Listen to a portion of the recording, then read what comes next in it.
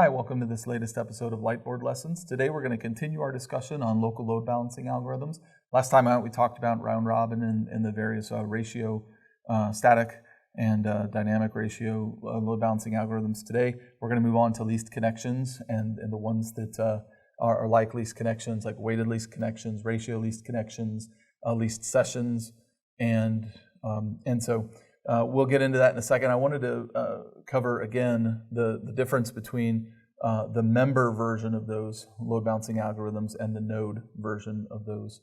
And the difference is with member, it's only looking at the pool calculation only.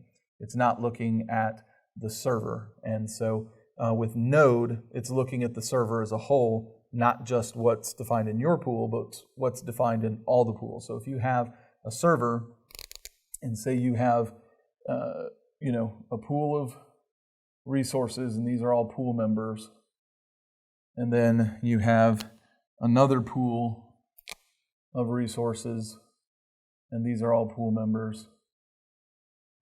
and then yet another pool, and say we have 4 pool members in every pool. If we're only looking at member, all of the algorithm calculation is only here. This is member. If you're looking at node, it's looking at if this is server 1 across, all 3 of these pools, it is taking all of those into account when it's looking at node. And so I just wanted to reiterate that because it's an important distinction on whether you choose least connections, node, or member. And we'll get into some of those considerations at the end of this video, but I want to talk about the actual algorithms themselves. And least connections itself is pretty basic. Least connections takes a look at the number of active connections per member or node, and it sends the next connection to the one with the least count. So in the event you have a big IP, you have pool members of, say, 5 connections, 6 connections, and 7 connections, active connections, then the very next request will be here. First request coming in will be there. Then we'll have 6, 6, and 7. At this point, once this has 6, this becomes a round robin scenario. And then once these all get to 7, now we have 3. Now we're round robin between all 3 of them. So this is round robin, and then it's a round robin between all 3 of them. And so, if they come in bursts and you get skewed a little bit, that's where that least connection comes into play. But least connections defaults down to round robin when there's not a least individually. Least connections, pretty simple. And what you would use least connections for is similar resources on the back end. So, if you have a super server and then, a little tiny VM, you wouldn't want to do least connections across those because one server way more able to handle connections than the other. In that event, you would want to use something like ratio least connections. And with ratio least connections, this is kind of a 2-tiered approach. And we'll have our big IP again. We should brand that box. So we've got our big IP. And with the ratio, let's go 4 wide. And so we say we have a ratio of 1 and a ratio of 3 on these. And ratio 1 of 3. Okay. And say I have 10 connections over here, and I have 25 connections on these guys. All right. So what's going to happen is, because I have a ratio of 3 to 1, really these 2 servers are going to get connections for a little while because of the ratio.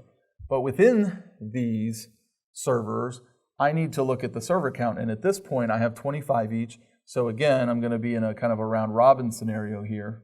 But as soon as I skew here, say this one pops up to 28 real quick of active connections, and maybe this one, a few of these dropped off, and this drops down to 24. Well, the least number of connections when the next connection comes in is this server right here, so it's going to get that traffic. But again, my target here is about 30 per server, right? When this is at a count of 10. So until this tier bumps up to 30, no more connections are going to come over here, even though the least amount of connections are over here, because it's taking that ratio into consideration. And again, you have to define that ratio on the pool member itself, or the node, if you're using ratio least connections node. And then it will take both of those ideas into account.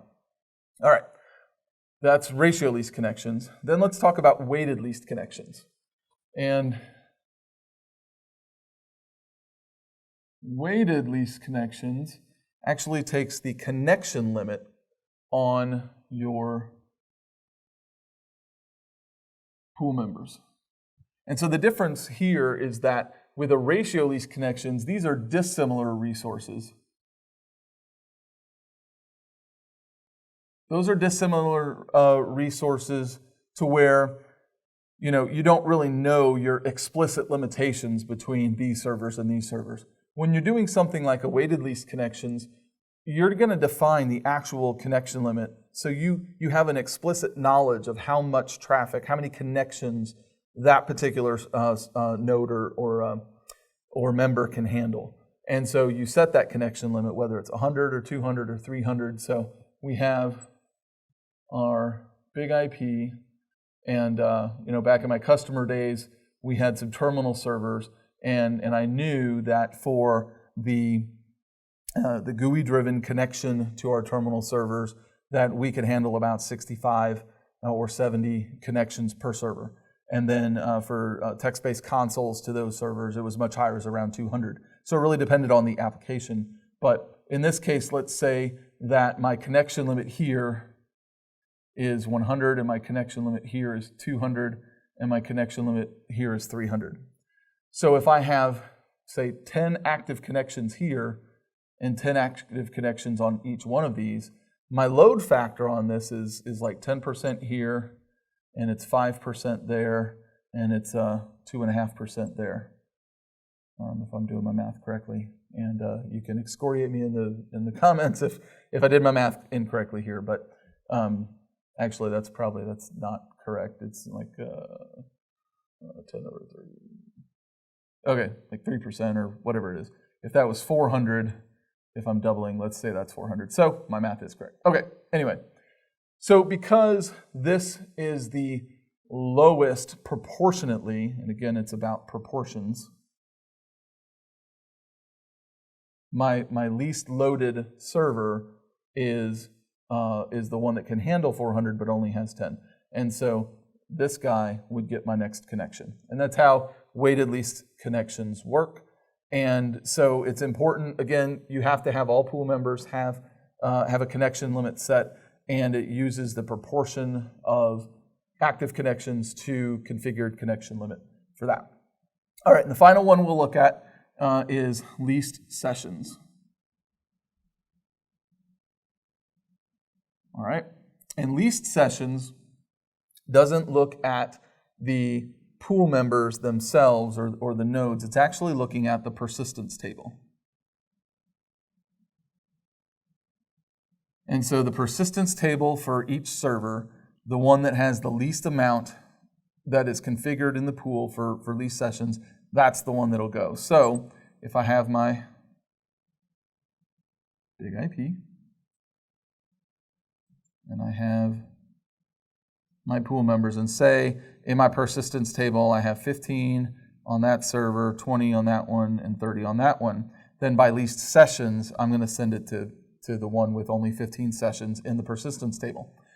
And this requires active persistence configured,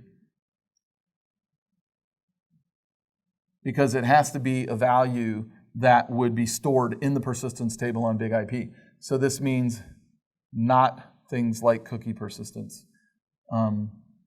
which is a passive persistence, and that cookie information is actually sent on the wire to the client, and then Big IP evaluates that when it comes back in.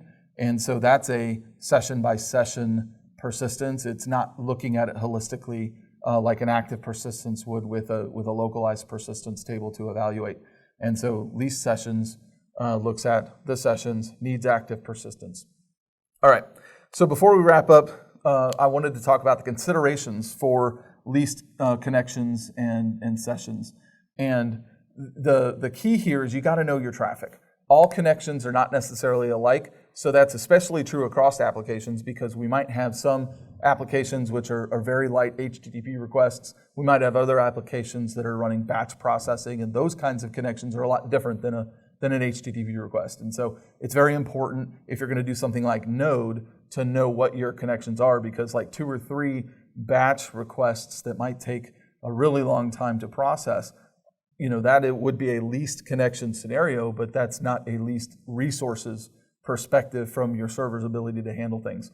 And then the other thing within an application that can be true as well. And the other thing is you need to track your traffic. What happens if you have something like this to where least connections, even similar, it's Node, everything's happy, if you have clients over here bypassing Big IP to come down and hit these resources?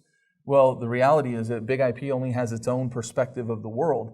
And so if you have this happening onesie-twosie, that's no big deal. But if for whatever reason you have a configuration that redirects your clients outside of your load balancing tier into the servers directly, which can happen with like terminal server redirection and other things, you're in danger of skewing the view of reality for Big IP. And so the decisions it makes from least perspective or least connections perspective are going to be skewed, and they're going to be wrong, and it could potentially harm your clients. So something to keep in mind.